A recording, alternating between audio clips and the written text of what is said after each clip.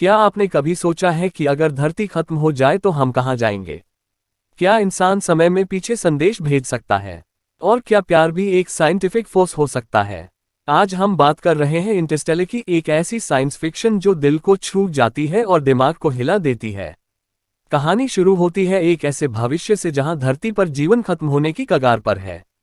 फसलें नष्ट हो रही हैं, हवा में धूल भर गई है और इंसान हर दिन जिंदा रहने की जद्दोजहद में लगा है।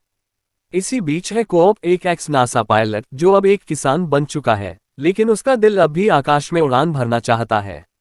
उसकी बेटी मर्फ को एक अजीब कोड मिलता है, जैसे कोई अदृश्य शक्ति उसे कुछ बताने की कोशिश कर रही हो। वो कोड उन्हें एक सीक्रेट नासा बेस तक ले जाता है जहां वैज्ञानिक एक खास मिशन पर काम कर रहे हैं, धरती को छोड़कर किसी और ग्रह पर नई जिंदगी शुरू करने का मिशन। कोऑप को इस मिशन का हिस्सा बनने के लिए बुलाया जाता है क्योंकि अब समय बहुत कम बचा है। कोऑप और एक टीम जिसमें ब्रांड, रोमेल और एक रोबोट टास शामिल है, शनि के पास मौजूद एक वर्महोल से गुजरते हैं और एक नई गैलेक्सी में पहुंचते हैं जहां 3 ग्रह हैं, मिलर, मैन और एडमंड्स। पहला ग्रह मिलर एक ब्लैक होल गरगंचुआ के बेहद करीब है। यहाँ टाइम का बहाव बहुत धीमा है, 1 घंटा वहां बिताने पर धरती पर 7 साल बीत जाते हैं। उनकी थोड़ी सी देरी धरती पर 23 साल के बराबर हो जाती है। वापस आने पर कोऑप देखता है कि उसका बेटा अब बड़ा हो चुका है और उसकी बेटी मर्फ नासा की सबसे होनहार वैज्ञानिक बन गई है। लेकिन धरती पर तबाही अब और करीब है। इसके बाद टीम मैन नाम के वैज्ञानिक के भेजे गए सिग्नल पर पहुंचती है, लेकिन वहां एक भयानक सच उनका इंतजार कर रहा होता है।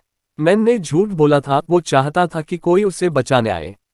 वह कोऑप को धोखा देता है, उसे मारने की कोशिश करता है और स्पेसशिप पर कब्जा कर लेता है। एक भयानक हादसे के बाद कोऑप और ब्रांड किसी तरह बच जाते हैं, लेकिन अब उनके पास बहुत कम ईंधन बचा है। अब कोऑप एक बड़ा फैसला लेता है, वह खुद को ब्लैक होल में फेंक देता है ताकि ब्रांड सुरक्षित एडमंड्स ग्रह तक पहुंच सके। लेकिन कहानी यहीं खत्म नहीं होती। कोऑप ब्लैक होल में जाकर मरता नहीं, बल्कि पहुंचता है एक 5वीं डायमेंशन में, एक ऐसी जगह जहां समय एक भौतिक चीज बन जाता है। यहाँ वह अपनी बेटी मर्फ को किताबों के पीछे गुरुत्वाकर्षण के जरिए वही कोड भेजता है जो बचपन में मिला था। मर्फ उस कोड को समझती है और इंसान को धरती से बाहर निकालने वाला फॉर्मूला खोज लेती है। इंसान अब स्पेस में एक नया घर बसा सकता है। सालों बाद कोऑप एक स्पेस स्टेशन पर जागता है जिसका नाम कूपर स्टेशन है, उसकी बेटी के नाम पर। वहां वह बूढ़ी मर्फ से मिलता है जो अब इंसानियत की हीरो बन चुकी है। मर्फ को पता होता है कि उसका पिता अब यहाँ टिकेगा नहीं। वो उसे कहती है, जाओ ब्रांड को ढूंढो। ब्रांड अब एडमंड्स ग्रह पर है, अकेली, लेकिन वहां इंसान की नई शुरुआत के साथ। और कोऑप एक बार फिर निकल पड़ता है एक नई यात्रा पर, इस बार इंसानियत की आखिरी उम्मीद के पास लौटने। इंटरस्टेलर सिर्फ एक फिल्म नहीं, ये एक अनुभव है। ये फिल्म हमें सिखाती है कि साइंस और भावना दोनों की जरूरत है, और कभी कभी जो चीज हमें सबसे बड़ी दूरी पार करने की ताकत देती है वो होती है प्यार।